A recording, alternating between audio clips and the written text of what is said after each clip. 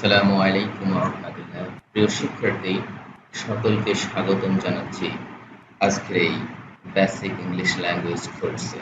প্রিয় শিক্ষার্থী, আশা করি সকলে যেখানে যে অবস্থায় আছো প্রত্যেকেই সুস্থ রয়েছে এবং ভালো রয়েছে। আমি Manik Sikdar, assistant teacher, LHJN union institution, Lohagara, Narail. আজকে বেসিক ইংলিশ ল্যাঙ্গুয়েজ কোর্সের দ্বিতীয় সেশনে সকলকে স্বাগত জানাচ্ছি।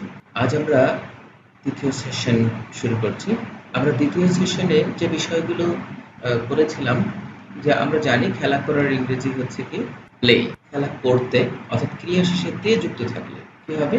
To play. জন্যই সেই বিষয়গুলোকে আবার খেলতে কি হবে? To play football. তাহলে যদি আমরা দেখবো, আমরা জানি যে বাংলা ক্রিয়া শেষে তে যুক্ত থাকলে ইংরেজি করার সময় ওই ভার্ব বা ক্রিয়ার পূর্বে টু বসে। অর্থাৎ এই বিষয়টি আমরা বেসিক ল্যাঙ্গুয়েজ কোর্সের বেসিক ইংলিশ ল্যাঙ্গুয়েজ কোর্সের দ্বিতীয় সেশনে এই বিষয়গুলো শিখেছি এবং এভাবে বাক্য করা শিখেছি। তো যদি এভাবে বাক্য যদি বলা হয় যে আমি যাই, আই গো, আমি নদীতে যাই, আই গো টু রিভার, কি করতে? সাঁতার কাটতে। I go to river to swim. আমি যদি বলি যে আমি নদীতে যাই মাছ ধরতে, তাহলে কি হবে? I go to river to catch fish. যদি বলি যে আমি ঢাকা যাই একটি ল্যাপটপ কিনতে, তাহলে I go to Dhaka to buy a laptop. তাহলে প্রিয় শিক্ষার্থী, তোমরা নিশ্চয়ই এইভাবে বাক্য করতে পারবে। গত সেশনে এই বিষয় নিয়ে ডিটেলস আলোচনা করা হয়েছে। যারা বেসিক ইংলিশ ল্যাঙ্গুয়েজ কোর্সে নতুন, তাদেরকে আমি বিনীতভাবে অনুরোধ করছি তারা সকলে প্রথমেই আপনারা এই সিরিজের প্রথম ক্লাস থেকে শুরু করে দেখা শুরু করবেন, তাহলে বিষয়টি আপনারা ভালোভাবে বুঝতে পারবেন। তো আমরা আজকের সেশনে কি শিখব? আমাদের আজকের সেশনে নতুন যে বিষয়টি শিখবো সেদিকে যাচ্ছি। প্রিয় শিক্ষার্থী, এখানে দেখতে পাচ্ছ যে কলম, আমরা জানি এটা একটি পদ। কলম একটি নাউন, কমন নাউন। তো তার ইংরেজি হচ্ছে কি? পেন। যদি বলি কলমটি, তাহলে কি হবে? The pen. অর্থাৎ এই পদটির শেষে, কলম পদটির শেষে টি আছে। আমরা জানি কোনো পদের শেষে যদি টিটা, খানাখানি এগুলো যদি উল্লেখ থাকে, তাহলে সেক্ষেত্রে সেই পদের পূর্বে ইংরেজি করার সময় দি বা দা বসে। আমি বিষয়টি প্রথম ক্লাসে আলোচনা করেছিলাম। যদি কোনো পদের অর্থাৎ ইংরেজি কোনো শব্দের শুরুতে যদি কি থাকে? ভাওয়াল সাউন্ড থাকে, ভাওয়াল সাউন্ড থাকলে আমরা উচ্চারণ করব দি। আর যদি কনসোনেন্ট সাউন্ড থাকে তাহলে উচ্চারণ করব দা। যেহেতু পেন শব্দটি দ্বারা একটি কনসোনেন্ট সাউন্ড হচ্ছে, তাই আমরা এখানে পেনের পূর্বে দা উচ্চারণ করব। ওকে, এখন যদি হয় কলম তীর, দেখো কলম তীর, তাহলে কলমের ইংরেজি হচ্ছে পেন, কলমটি দা পেন, কলম তীর।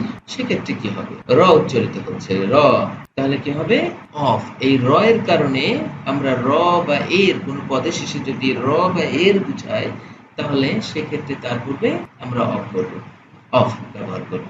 প্রিয় শিক্ষার্থী, একটা জিনিস তোমাদেরকে খেয়াল করতে হবে। দেখো র এর কারণে অফ হলো। আমরা এখানে একটু জিনিস খেয়াল করি। এই ধরনের ক্ষেত্রে সাধারণত বাংলা শেষের থেকে ইংরেজি কিন্তু শুরু হয়েছে। অর্থাৎ র এর পরিবর্তে কি হলো? অফ। টি এর পরিবর্তে কি হচ্ছে? দা। এবং কলমটি পেন। তোমরা যখন বাংলা থেকে ইংরেজি করবে, তাহলে মনে রাখতে হবে যে বাংলা সবার শেষে যে যা থাকবে তার থেকে শেষ থেকে শুরুর দিকে আসতে, অর্থাৎ এখানে একটা কি হলো? একটা প্রিপোজিশনাল ফ্রেজ। অবশ্য প্রিপোজিশনাল ফ্রেজ বলা যাবে না। প্রিপোজিশনাল ফ্রেজ হতে হলে এখানে প্রিপোজিশন দিয়ে শুরু এবং প্রিপোজিশন দিয়ে শেষ হতো। এটাকে আমরা একটা নাউন ফ্রেজ বলতে পারি, কারণ এখানে নাউন দিয়ে শেষ হয়েছে।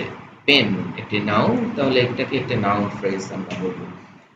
তাহলে এক্ষেত্রে যদি কলমটির, এখন যদি হয় যে কলমটির কি মূল্য, তাহলে মূল্যর ইংরেজিতে আমরা জানি কি? মূল্যর ইংরেজি হচ্ছে প্রাইস। আবার মূল্যর ইংরেজি যেটাকে টাকার অঙ্কে মূল্যায়ন করা যায় না, সেটাকে কি বলবো? ভ্যালু। তো আমরা এখানে কলম তো টাকার অঙ্কে কেনা যায়, তাই আমরা প্রাইস শব্দটি ব্যবহার করেছি। তো কলমটির মূল্য যদি হয় কলমটির মূল্য, তাহলে আমরা শেষের থেকে প্রথমের দিকে আসার চেষ্টা করব। মূল্য, যেহেতু মূল্যটি একটি নির্দিষ্ট, তাই এর আগে একটা ডেফিনাইট আর্টিকেল বসবে। তাহলে কি হলো? The price. দ্য প্রাইস কিসের মূল্য? কলমটির। তাহলে র, র এর পরিবর্তে কি বসবে? অফ টি, টি এর পরিবর্তে দা, কলমের ইংরেজি কলম, তাহলে পুরোটা যদি আমরা ট্রান্সলেট করি তাহলে কি হচ্ছে, কলমটির মূল্য, the price of the pen, the price of the pen. তোমরা এখানে খেয়াল করো যে বিষয়টি মূল্য, প্রাইস, যেহেতু মূল্যটা নির্দিষ্ট তাই তার পূর্বে কি বসছে, এটা ডেফিনিট আর্টিকেল বসছে, দ্য, দ্য প্রাইস। আচ্ছা, র এর পরিবর্তে কি হলো, র এর জন্য অফ, টি এর জন্য কি হলো দা, কলমের জন্য কি হলো দা পেন, পেন। তাহলে আমরা ইংরেজি পেলাম কলমটির মূল্য, the price of the pen. তো শিক্ষার্থী তোমরা নিশ্চয়ই বুঝতে পেরেছো, তাহলে যদি হয় কলমটির মূল্য 10 টাকা তাহলে কি হবে 10 টাকা, তাহলে কলমটির মূল্য, the price of the pen is 10 টাকা, কলমটির মূল্য 100 টাকা, তাহলে কি হচ্ছে, the price of the pen is 100 টাকা। তাহলে তোমরা এখানে দেখতে পাচ্ছ মূল্য, দেখো মূল্য, দ্য প্রাইস, র অফ টি, দা, কলমটি, পেন। তাহলে এখানে দা, শিক্ষার্থী তোমাদেরকে মনে রাখতে হবে এটি একটি নাউন ফ্রেজ, অর্থাৎ আমরা জানি ফ্রেজ কয় প্রকার, ফ্রেজ, শিক্ষার্থী তোমরা জানো যে পার্টস অফ স্পিচ কয় প্রকার, 8 প্রকার। এই পার্টস অফ স্পিচ 8 প্রকারের মধ্যে শুধুমাত্র প্রোনাউন যদি আমরা বাদ দিয়ে দিই তাহলে বাকি থাকলো কয়টি, 7টি। অর্থাৎ পার্টস অফ স্পিচ 8 প্রকার কি কি, noun, pronoun, adjective, verb, adverb, preposition, conjunction and interjection. এই 8 প্রকার প্রিপোজিশনের মধ্যে শুধুমাত্র প্রিপোজিশন, প্রোনাউন বাদ দিলে, শুধুমাত্র প্রোনাউন যদি আমরা বাদ দেই তাহলে সেক্ষেত্রে বাকি থাকে 7 প্রকার।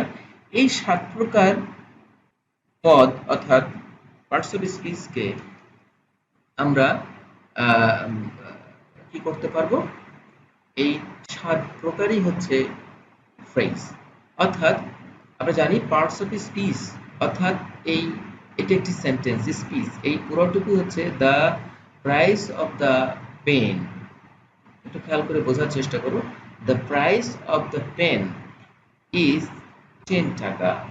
এটি একটি সেন্টেন্স, কারণ একটি সেন্টেন্স বা বাক্য হতে হলে আমরা জানি বাংলা ব্যাকরণ অনুযায়ী একটি বাক্যের পূর্ণতা, যোগ্যতা এবং আসক্তি থাকতে হয়। What is a sentence? A sentence is a group of words where there have at least one clause and may or may not have one or more phrases and gives a meaningful sense is called a sentence. অর্থাৎ একটি বাক্য হচ্ছে কতগুলো শব্দের সমষ্টি যার মধ্যে ন্যূনতম একটি ক্লজ, এক বা একাধিক ফ্রেজ থাকতে পারে, নাও থাকতে পারে এবং পূর্ণরূপে মনের ভাব প্রকাশ করতে পারে, তাকে আমরা একটি বাক্য বলতে পারি। তো এখানে এই সেন্টেন্সটিকে আমরা একটি পূর্ণ সেন্টেন্স বলবো, কারণ এখানে পূর্ণতা, যোগ্যতা এবং আসক্তি পুরোপুরি রয়েছে।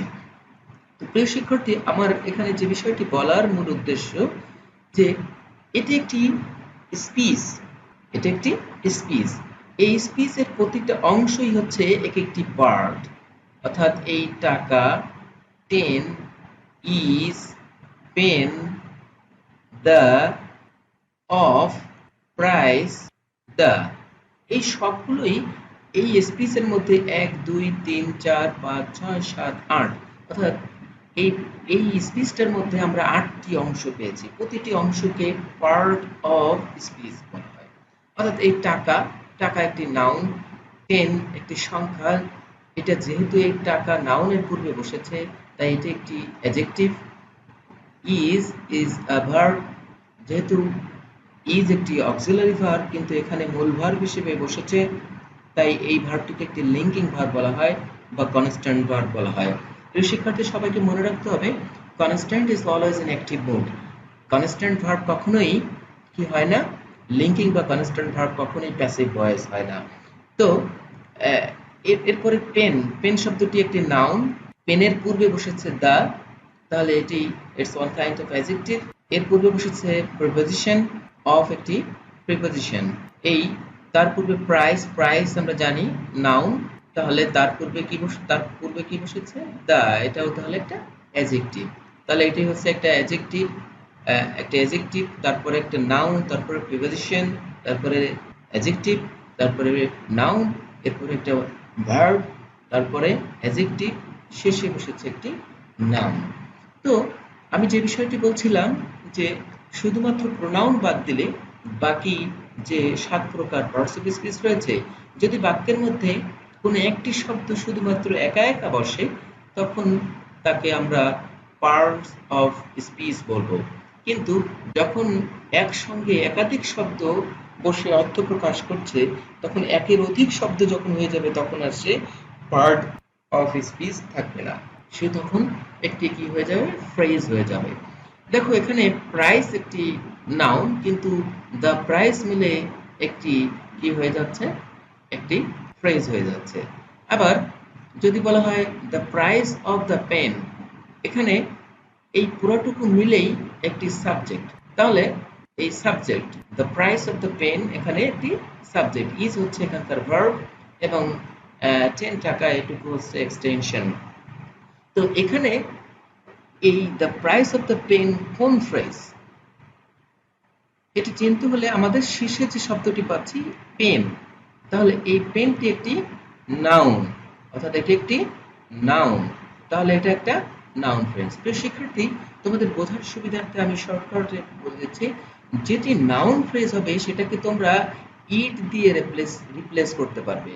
ইট, আইটি, ইট, ইট দিয়ে রিপ্লেস করা যাবে। নাউন ফ্রেজ ছাড়া অন্য কোনো ফ্রেজকে ইট দ্বারা রিপ্লেস করা যাবে না। যদি আমি এই the price of the pen বাদ দিয়ে যদি বলি ইট ইজ 10 টাকা, তাহলে কিন্তু বাক্য হবে। সুতরাং যাকে ইটের সঙ্গে রিপ্লেস করা যাবে সেটি হচ্ছে নাউন ফ্রেজ। ওকে, তো তোমরা নিশ্চয়ই বুঝতে পেরেছো। এখন যদি আমরা এভাবে আরো বেশি বাক্য তৈরি করি, যেমন যদি বলি রোগীটির অবস্থা, তাহলে রোগীটির অবস্থা, অবস্থা হচ্ছে সবার শেষে, তাহলে অবস্থা দ্য কন্ডিশন, রোগীটির, তাহলে রোগীর ইংরেজি পেশেন্ট, রোগীটি দ্য পেশেন্ট, রোগীটির অফ দ্য পেশেন্ট, তাহলে রোগীটির অবস্থা the condition of the patient, রোগীটির অবস্থা ভালো, the condition of the patient is good. যদি বলি রোগীটির অবস্থা ভালো না, তাহলে কি হবে, the condition of the patient is not good. এভাবে যদি আরো বাক্য তৈরি করি, পরীক্ষার ফল, তাহলে ফল, ফলাফল, দ্য রেজাল্ট, কিসের রেজাল্ট, পরীক্ষার, তাহলে অফ দ্য এক্সামিনেশন। এরপরে যদি আমরা এভাবে করি ইংরেজির গুরুত্ব, দ্য ইম্পর্টেন্স, ইংরেজির গুরুত্ব, দ্য ইম্পর্টেন্স অফ ইংলিশ। টিভির অনুষ্ঠানগুলি, দ্য প্রোগ্রামস অফ টিভি। দেশের স্বার্থ, the interest of the country. অপরাধের শাস্তি, দ্য পানিশমেন্ট অফ গিল্ট, অথবা বলতে পারি দ্য পানিশমেন্ট অফ ক্রাইম। আলোচনার বিষয়বস্তু, দ্য সাবজেক্ট অফ ডিসকাশন। যদি বলি দুর্ঘটনার কারণ, তাহলে কি হবে, দ্য কজ অফ অ্যাক্সিডেন্ট। ঝুঁকির বিষয়, দ্য ম্যাটার অফ রিস্ক, দুঃখের বিষয়, দ্য ম্যাটার অফ সরো। দেশের উন্নয়ন, the development of the country, সূর্যের আলো, the light of the sun. দেশের স্বাধীনতা, the liberty of the country. চাকুরির মেয়াদ, দ্য ডিউরেশন অফ সার্ভিস। নদীর তীর, আমরা জানি তীর, তীরের ইংরেজি কি, ব্যাংক, তাহলে দ্য ব্যাংক, কিসের তীর, নদীর। Of the river, the bank of the river. ছাত্রছাত্রীর সংখ্যা, দ্য নাম্বার অফ স্টুডেন্টস। মাদকদ্রব্যের ব্যবহার, দ্য ইউজ অফ ড্রাগস। তাহলে পরিস্থিতির ইংরেজি হচ্ছে কি, সার্কামস্ট্যান্সেস। তাহলে পরিস্থিতির শিকার, দ্য ভিকটিম অফ সার্কামস্ট্যান্সেস। অস্তিত্বের প্রশ্ন, দ্য কোশ্চেন অফ এক্সিস্টেন্স। যদি বলি শ্রমের মর্যাদা, তাহলে মর্যাদার ইংরেজি হচ্ছে ডিগনিটি। কিসের মর্যাদা, শ্রমের, শ্রমের ইংরেজি কি, লেবার। তাহলে শ্রমের মর্যাদা, দ্য ডিগনিটি অফ লেবার। পরিকল্পনাটির বাস্তবায়ন, তাহলে বাস্তবায়নের ইংরেজি কি, ইমপ্লিমেন্টেশন। তাহলে পরিকল্পনাটির বাস্তবায়ন, পরিকল্পনার ইংরেজি কি, প্ল্যান। পরিকল্পনাটি, দ্য প্ল্যান। পরিকল্পনাটির, অফ দ্য প্ল্যান। পরিকল্পনাটির বাস্তবায়ন, তাহলে দ্য কি হবে, the implementation of the plan. সরকারের দায়িত্ব, the responsibility of the government. পানির স্তর, স্তরের ইংরেজি কি, লেভেল। তাহলে পানির স্তর, দ্য লেভেল অফ ওয়াটার। জীবনযাত্রার মান, তাহলে জীবনযাত্রার মান, মান, দ্য স্ট্যান্ডার্ড, কিসের, জীবনযাত্রার, দ্য স্ট্যান্ডার্ড অফ লিভিং, ঘটনার সাক্ষী, the witness of the incident, তদন্তের report, the report of the investigation, বিচারের রায়। কি বলতে পারি? বিচারের রায়। রায়ের ইংরেজি কি? ভার্ডিক্ট। তাহলে বিচারের বলতে পারি বিচারের ইংরেজি ট্রায়াল অথবা জাজমেন্ট। তাহলে বিচারের রায়, the verdict of the trial, অথবা বলতে পারি দ্য ভার্ডিক্ট অফ দ্য জাজ। কালের প্রবাহ, প্যাসেজ, কালের প্রবাহ, প্যাসেজ অফ টাইম, সাক্ষীর বক্তব্য। সাক্ষীর ইংরেজি কি? সাক্ষীর ইংরেজি উইটনেস। আর বক্তব্য স্টেটমেন্ট। সাক্ষীর বক্তব্য, the statement of the witness. প্রিয় শিক্ষার্থী, এভাবে তোমরা অনেক বেশি বাক্য তৈরি করতে পারবে। তো প্রিয় শিক্ষার্থী, এখানে যে বিষয়টি আমি আলোচনা করার চেষ্টা করেছি সেটা হচ্ছে যে কোনো পদের শেষে র বা এর বুঝালে ইংরেজি করার সময় তার পূর্বে কি করতে হবে? অব বসাতে হবে। অব বসিয়ে ইংরেজি করতে হবে। তো এখন দেখো, বই, বইয়ের ইংরেজি কি? বুক। বইটি, দ্য বুক। টি থাকার কারণে দা বসলো। বইটির র আছে এখন, তাহলে কি হবে? Of the book. বইটির নাম, তাহলে নামের ইংরেজি নেম। বইটির নাম, তাহলে কি হচ্ছে? নাম আগে আসবে, দ্য নেম। র এর পরিবর্তে হবে অফ, টি এর পরিবর্তে দা, বইয়ের পরিবর্তে হবে বুক। তাহলে কি হচ্ছে? The name of the book. দেখো, তোমরা নিশ্চয়ই পারবে এভাবে। দ্য নেম অফ, টি এর পরিবর্তে দা, বইটি, বই, বুক। তাহলে শেষের থেকে শুরু হচ্ছে, শেষের থেকে সামনের দিকে আসছে বাংলা থেকে ইংরেজি করার সময়। বইটির নাম, the name of the book. তাহলে বইটির নাম কি? বইটির নাম ইংলিশ ফর টুডে। বইটির নাম ইংলিশ ফর টুডে। তাহলে কি হচ্ছে? The name of the book is English for today. তোমরা নিশ্চয়ই এভাবে আরো অনেক বেশি বাক্য তৈরি করতে পারবে। যদি বলা হয় ছেলেটির নাম, বইটির নাম না হয়ে বললাম ছেলেটির নাম, তাহলে কি হচ্ছে? The name of the boy is, ছেলেটির নাম Rahim. The name of the boy is Rahim. যদি বলা হয় মেয়েটির নাম, তাহলে কি হবে? The name of the girl is, যদি বলা হয় মেয়েটির নাম Rahima, the name of the girl is Rahima. আমার গ্রামের নাম Itna, the name of my village is Itna. তাহলে এভাবে তোমরা নিশ্চয়ই বাক্য তৈরি করতে পারবে। তো প্রিয় শিক্ষার্থী, আজকের সেশনে আমাদের এই পর্যন্ত শিক্ষা ছিল। গত ক্লাসে তোমাদেরকে 59 পর্যন্ত শব্দ দেওয়া হয়েছিল।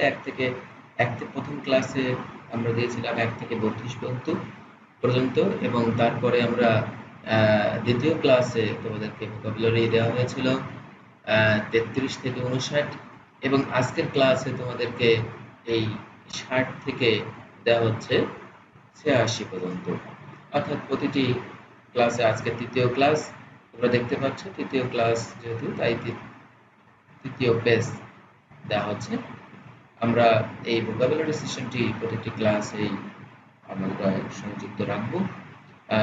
যারা ইংরেজি শিখতে আগ্রহী, অর্থাৎ যদি তুমি একটি বিল্ডিং তৈরি করতে চাও, তাহলে বিল্ডিং তৈরি করতে গেলে ইট, সিমেন্ট, বালু, রড, অন্যান্য সমস্ত কিছু উপাদানের প্রয়োজন। তাহলে একটি ভাষা শিখতে হলে সেই ভাষার শুধু স্ট্রাকচার জানলেই হবে না, সেই ভাষার বিভিন্ন উপাদান, মণিমুক্তা জানতে হবে। আর ভাষার প্রাণ হচ্ছে তার ক্রিয়াপদ। যে যত বেশি ক্রিয়াপদ জানবে, সে তত বেশি বাক্য তৈরি করতে পারবে। অর্থাৎ আমরা জানি যে সাধারণত বেশিরভাগ শব্দেরই ডেরিভেটিভস হয়, অর্থাৎ ভার্ব থেকে নাউন, নাউন থেকে অ্যাডজেক্টিভ, অ্যাডজেক্টিভ থেকে অ্যাডভার্ব করা সম্ভব হয়। আমরা যদি ক্রিয়াপদটি আয়ত্তে আনতে পারি, মুখস্থ করতে পারি, তাহলে আমরা খুব সহজেই পরবর্তীতে এই ভার্বগুলোকে কাজে লাগিয়ে নাউন করতে পারবো এবং নাউন শেষে অ্যাডজেক্টিভ এবং অ্যাডভার্ব করতে শিখব। আমি যখন পরবর্তীতে সাফিক্স প্রিফিক্সের ক্লাসটা নিব, সেখানে তোমাদেরকে শেখানো হবে কিভাবে ডেরিভেটিভস পরিবর্তন করা যায় এবং কি থাকলে আমরা নাউন চিনতে পারবো, কিভাবে অ্যাডজেক্টিভ, কিভাবে অ্যাডভার্ব, কিভাবে এই পার্টিসিপেন্টসগুলো চিনতে পারবো এবং কিভাবে পরিবর্তন করতে পারবো একটা থেকে অন্যগুলো, সেগুলো শেখানো হবে সাফিক্স প্রিফিক্সের মধ্যে। তো তোমাদেরকে বিনীতভাবে অনুরোধ করছি, অবশ্যই প্রথমত এই বাংলা থেকে ইংরেজি করে ভার্বের একটি রূপ মুখস্থ করবে, এর অবশ্যই বানান সহ। যেমন এখানে দেখো কি আছে, অনুবাদ করা, অনুবাদ করা, ট্রান্সলেট, বাংলা উচ্চারণ দেখো দেওয়া আছে ট্রান্সলেট, তাহলে তিনটি রূপই মুখস্থ করতে হবে, ট্রান্সলেটেড, ট্রান্সলেটেড, অবশ্যই কি হবে, ট্রান্সলেটেড, ট্রান্সলেটেড। এভাবে তোমাদেরকে অবশ্যই পড়তে হবে এবং এর প্রতিটি বানান মুখস্থ করতে হবে, খাতায় লিখবে না দেখে। ঘন্টা বাজানো, ঘন্টা বাজানোর ইংরেজি কি, রিং, তাহলে রিং, র্যাং, রাং, দেখো ring, RING, ring, rang, RANG, রাং, RUNG, তাহলে এভাবে তোমরা ঘন্টা বাজানো, রিং, র্যাং, রাং।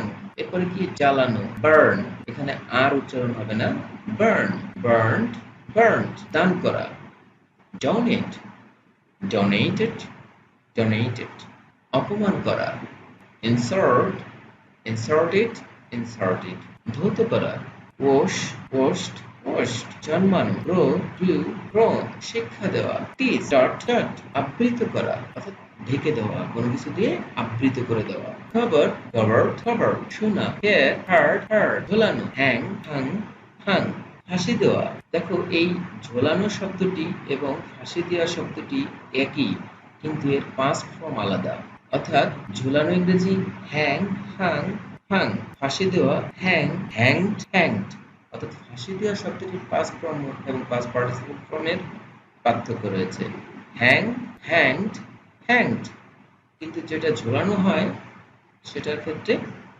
হ্যাং, হাং, হাং। তাকানো বা দেখা, লুক, লুকড, লুকড, বহন করা, ক্যারি, প্যারেড, ক্যারেড, ফুল ফোটানো, স্টিং, স্ট্যান্ড, স্ট্যান্ড, সিদ্ধ করা, বয়েল, বয়েলড, বয়েলড, খনন করা, ডিক, ডাক, ডাক, ব্যয় করা, পেইন্ট, স্পেন্ট, স্পেন্ট, রং করা, ডাই, ডায়েট, ডায়েট, আঘাত করা, স্ট্রাইক, ট্রাক, ট্রাক, বেগ, ভিক্ষা করা, বেগ, বেগ, জয়লাভ করা, উইন, ওন, ওন, আবৃত্তি করা। দেখো আবৃত করা পেয়েছিলাম কভার, অর্থাৎ কভার, আবৃত করা, কোনো কিছুতে ঢেকে দেওয়া, আবৃত করা। আর এখানে আবৃত্তি করার ইংরেজি পাচ্ছি রিসাইট, রিসাইট, রিসাইটেড, রিসাইটেড, উদ্ধার করা, রেস্কিউ, রেস্কিউড, রেস্কিউড, রক্ষা করা, সেভ, সেভড, সেভড, আবেদন করা, অ্যাপ্লাই, অ্যাপ্লাইড, অ্যাপ্লাইড, সংগ্রহ করা, কালেক্ট, কালেক্টেড, কালেক্টেড। তাহলে প্রিয় শিক্ষার্থী, প্রথমে বাংলা, তারপরে তোমরা ভার্বের প্রেজেন্ট ফর্ম, পাস্ট ফর্ম এবং পাস্ট পার্টিসিপল ফর্ম, অর্থাৎ ভার্বের বেস ফর্ম, ভার্বের পাস্ট ফর্ম এবং পাস্ট পার্টিসিপল ফর্ম, এই তিনটি ফর্মই পড়বে এবং বানান অবশ্যই মুখস্থ করবে। এরপরে তোমাদেরকে যেটি শিখিয়েছিলাম যে ভার্বের প্রেজেন্ট টেন্সে, অর্থাৎ যে পার্সনগুলো দেওয়া হয়েছিল, আমি, আমরা, তুমি, তোমরা, সে, তাহারা, রহিম, করিম, রহিম ও করিম, বালকটি, বালকেরা, এই পার্সন, এই 13টি পার্সন যুক্ত করে, এছাড়া তোমরা আরো অনেক বেশি পার্সন যুক্ত করে এই ভার্বের প্রথম ফর্ম বা আই ট্রান্সলেট, আমি কবিতাটি অনুবাদ করি, আই ট্রান্সলেট দ্য পোয়েম, আমি ইংরেজি কবিতাটি অনুবাদ করি। I translate the English poem. তো এভাবে তোমরা বাক্য তৈরি করতে পারবে। দেখো, রিং শব্দের অর্থ কি? ঘন্টা বাজানো। তাহলে কি হচ্ছে? আমি ঘন্টা বাজাই, আই রিং। এভাবে যদি তোমরা অন্যান্য পার্সন ব্যবহার করো, আমরা ঘন্টা বাজাই, উই রিং। তুমি ঘন্টা বাজাও, ইউ রিং। তোমরা ঘন্টা বাজাও, ইউ রিং। সে ঘন্টা বাজায়, হি রিংস। সে ঘন্টা বাজায়, শি রিংস। সে ঘন্টা বাজায়, শি রিংস। তাহারা ঘন্টা বাজায়, দে রিং। রহিম ঘন্টা বাজায়, রহিম রিংস। করিম ঘন্টা বাজায়, করিম রিংস। রহিম ও করিম ঘন্টা বাজায়, রহিম ও করিম রিং। বালকটি ঘন্টা বাজায়, দ্য বয় রিংস। বালকেরা ঘন্টা বাজায়, বয়েজ রিং। আচ্ছা, এখন যদি বলা হয় আমি ঘন্টাটি বাজাই, তাহলে কি হচ্ছে? ঘন্টাটি, তখন আই রিং দ্য বেল। ঘন্টাটি বাজাই, বাজানোর ইংরেজি হচ্ছে রিং, কিন্তু ঘন্টা তখন কি হচ্ছে? বেল। ঘন্টাটি দ্য বেল। আমি ঘন্টাটি বাজাই, আই রিং দ্য বেল। এভাবে তোমরা বাক্য তৈরি করতে পারো। যেমন জ্বালানো বা পোড়ানো, বার্ন। তাহলে আমি জ্বালাই, আই বার্ন। আমরা জ্বালাই, উই বার্ন। তুমি জ্বালাও, ইউ বার্ন। তোমরা জ্বালাও, ইউ বার্ন। এভাবে তোমরা বা প্রতিটি শব্দ দিয়ে অবশ্যই প্র্যাকটিস করতে হবে। মনে রাখবো, মনে রাখতে হবে যে পরিশ্রমী সফলতার চাবিকাঠি। যেহেতু ইংরেজি আমাদের মাতৃভাষা নয়, ইংরেজি একটি ভিনদেশীয় ভাষা, আর আমরা we are not in the English environment.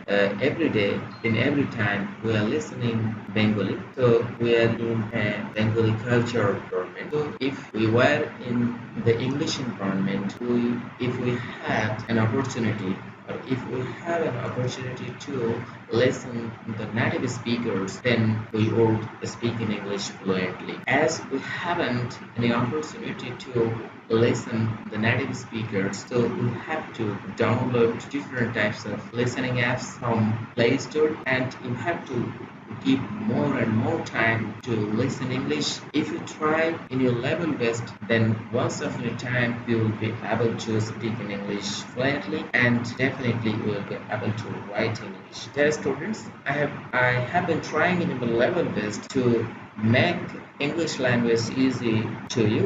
So if you go with me, then I'm sure that inshallah you will be able to speak in English fluently and be able to write English. I'm trying to teach you on the basis of my own language Bengali to my target language English. So here my teaching method is from my base language Bengali to my target language English. আমরা এখানে আমাদের base language হচ্ছে আমার মাতৃভাষা এবং target language হচ্ছে English. আমরা মাতৃভাষা বাংলার উপর ভিত্তি করেই ইংরেজি শেখার চেষ্টা করছি। আমি বর্তমান কমিউনিকেটিভ ইংলিশ অ্যাপ্রোচের এই যুগে চেষ্টা করছি গ্রামার ট্রান্সলেশন মেথডের মাধ্যমে ইংরেজি শেখানো। তো আশা করি প্রত্যেকেরই ভালো লাগবে এবং আমি অনেক বেশি কৃতজ্ঞ হব যে যেহেতু এই কাজটি আমি নিঃস্বার্থভাবে করছি, সুতরাং আমার এই ক্লাসটি যত বেশি শিক্ষার্থীদের মাঝে ছড়িয়ে দেওয়া হবে, তত বেশি বিভিন্ন মানুষ, হয়তো আমি জানি না, এমনও মানুষকে হয়তো আমি চিনি না, যার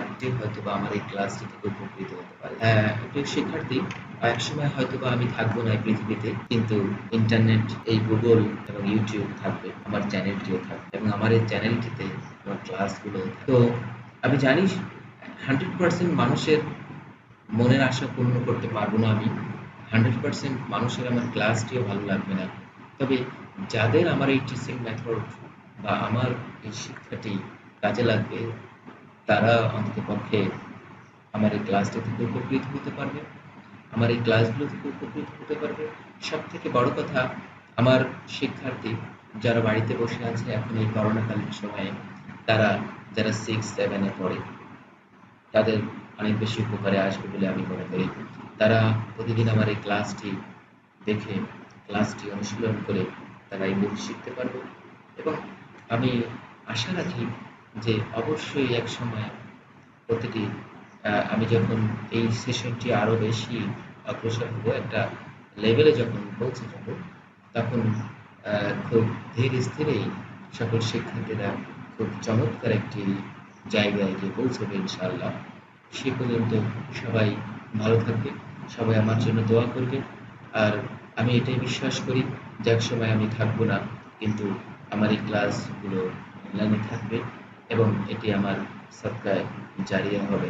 অর্থাৎ আহ, জ্ঞান বিতরণের মধ্যে নিশ্চয়ই একটি উন্নত সেবা দেওয়ার বিষয় রয়েছে এবং এটি একটি সদকায়ে জারিয়া, অর্থাৎ এটা একটি ইবাদতের শামিল। তো আমি সকল শিক্ষার্থীদেরকে আবারও অনুরোধ করছি আমার এই ক্লাসটি বেশি বেশি করে শেয়ার করবার জন্য এবং আমার চ্যানেলটি, আমার শিক্ষক এই চ্যানেলটি বেশি করে সাবস্ক্রাইব করবার জন্য, যাতে আমি যে কোনো ক্লাস নিলেই তারা পরবর্তীতে আমার এই ক্লাসগুলো অটোমেটিক্যালি তারা পেয়ে যায়। ওকে, সবাই ভালো থাকবে। ধন্যবাদ সবাইকে। আসসালামু আলাইকুম আ রহমতুল্লাহ। সবাইকে ধন্যবাদ।